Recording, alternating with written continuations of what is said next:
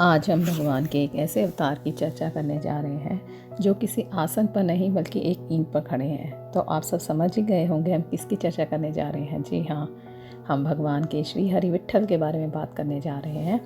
भगवान विट्ठल मेनली महाराष्ट्र में पूजे जाते हैं और वो वहाँ के राजा कहलाते हैं। भगवान विट्ठल पंढरपुर के विट्ठल के नाम से भी फेमस हैं। अब कथा का आस्वादन करते हैं। तो पुंडरीक नाम का एक भक्त था जिसका जन्म पंढरपुर महाराष्ट्र में हुआ था।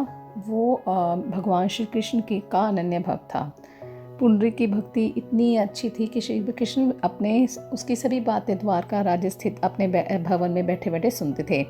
एक दिन श्री कृष्ण ने पूर्ण श्रृंगार किया और अपने भक्त पुंडरीक से मिलने के लिए जाने लगे। तभी माता रुक्मिणी ने श्री कृष्ण को रोकते हुए पूछा कि आखिर वो कहाँ जा रहे हैं। तो श्री कृष्ण ने कहा, मैं अपने भक्त के दर्शन करने जा रहा हूँ।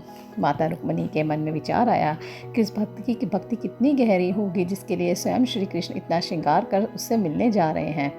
लिहाजा माता रुक्मिणी ने श्री कृष्ण के साथ चलने का आग्रह किया तो श्री कृष्ण भी तुरंत मान गए। श्री कृष्ण और माता रुक्मिणी पुंडरीक के घर पहुँचे और उसे पुकारने लगे। उस वक्त पुंडरीक अपने पिता के पैर दबा रहा था। पिता की सेवा में व्यस्त पुंडरीक ने श्री कृष्ण से अनुरोध किया कि वह अभी पितृ सेवा में लीन है तो श्री कृष्ण ईंट पर खड़े होकर उनकी प्रतीक्षा करें। पुंडरीक का प्रेम भाव ऐसा था कि भगवान भी मान गए और ईंट पर खड़े होकर पुंडरीक की प्रतीक्षा करने लगे। खड़े हुए देर हो गई तो श्री कृष्ण ने कमर पर अपना हाथ रख लिया और दूसरी ओर कृष्ण के साथ साथ माता रुक्मिणी भी ईंट पर खड़ी होकर प्रतीक्षा करने लगी। जब सेवा से निवृत्त होकर पुंडरीक प्रभु से मिलने बाहर आए तब तक श्री कृष्ण और माता रुक्मिणी मूर्ति रूप में स्थापित हो चुके थे। पुंडरीक ने श्री कृष्ण और माता रुक्मिणी के मूर्ति रूप को अपने घर में स्थापित किया और उनकी सेवा में जुट गए। ईंट को मराठी में विट भी कहते हैं, तो इसी ईंट पर खड़े श्री कृष्ण का नाम विट्ठल पड़ गया। अगर आप पुंडरीनाथ भगवान के तिलक को ध्यान से देखेंगे तो पीले चंदन के साथ उसमें एक काली बिंदी लगाई जाती है। तो ये काली बिंदी क्या है? कहा जाता है कि जितने भक्त पुंडरीनाथ भगवान के दर्शन में खड़े होते हैं, ठाकुर जी कहते हैं कि मैं भक्त की प्रतीक्षा के लिए खड़ा हूँ, परंतु भक्त को मेरी प्रतीक्षा करनी पड़ रही है, ये मुझे स्वीकार नहीं है।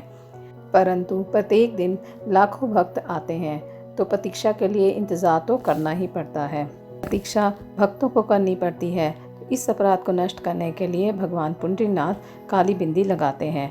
कहा जाता है कि रात्रि में श्री पुंडरीनाथ भगवान के मंदिर में झाड़ू लगती है और जहाँ जहाँ भक्त खड़े होकर प्रतीक्षा करते हैं वहाँ की रज को इकट्ठा करके छान करके चंद्रभागा नदी का जल मिला करके ठाकुर जी के माथे पर लगाया जाता है। अपने प्रत्येक भक्त की चरण रज को ठाकुर जी माथे से लगाते हैं। तो ऐसे हैं हमारे पुंडरीनाथ भगवान। आपको कथा पसंद आई हो तो प्लीज़ इसे शेयर करिए ताकि श्री हरि के पुंडरीक अवतार की कथा का आस्वादन और भक्त भी कर पाए।